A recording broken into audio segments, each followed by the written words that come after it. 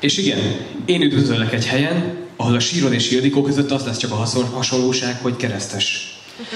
Mert az utolsó énen lesz, aki megkérdez, mielőtt végleg célba érnél, hogy te valóban mosolyt csalnál az emberek arcára?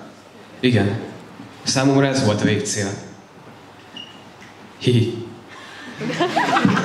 Mész az utcán. Egyszer csak meglátsz egy embert, aki szépen lassan integet neked. Nem ismered fel, ezért átmész hozzá. Közeledsz felé, közeledsz felé, közeledsz felé. És amikor már ott vagy és állsz előtte, látod, hogy ő ugyanúgy integet, és ugyanoda néz. Mosolyog. Akkor ez a történet most szomorú, vagy ijesztő? Egy fáradt nap után elalszol este 10-kor. Hajnali 3-kor arra kelsz fel, hogy kopogtatnak az ablakodon. Felkelsz, elindulsz az ablak felé. Közeledsz felé, közeledsz felé, közeledsz felé.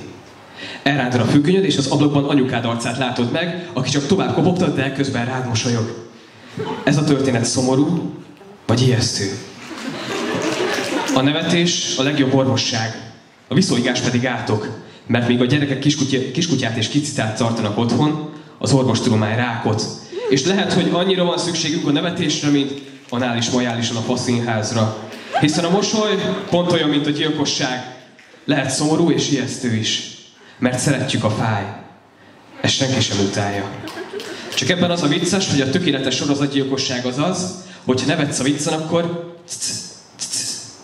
én fülcimpától fülcimpáig vágom a szád. És még csak nem is gyűlölsz utána. Ijesztő, hogy a Biblia sehol sem mond semmit arról, hogy Ádám és a kígyó külön személy lettek volna. Ez valóban ijesztő, vagy szomorú? Szomorú, hogyha épp alszol a szerelmeddel karácsonykor, és valaki meg akar pulykázni a helyével, akkor úgy riadsz fel, hogy nézd drágám, bassz meg, vagy egy, csókolózni kell. Csak ennél a pulykázásnál mi nincs, bassz meg? Na mi? Hálaadás az. Ez szomorú, vagy vicces? Egy nagy vicc a csend. Hiszen a nyulas pornóra a csendben is mondhatjuk, hogy Doni Dákó. Túl sokat gondoltok a csendbe. A csend lehet hatásvadász, ritkuló, vagy idő arra, hogy a Slammer is finkjon egy kurva halkat. Sosem voltam vicces. Olyan voltam, mint az előbb elmondott 2 sztori. Ijesztő, de mindig van benne közeledés és mosolygás. Mert az élet néha lehet képregény. Több ijesztő történetet csattanóval. És ez a vicc az én mesém.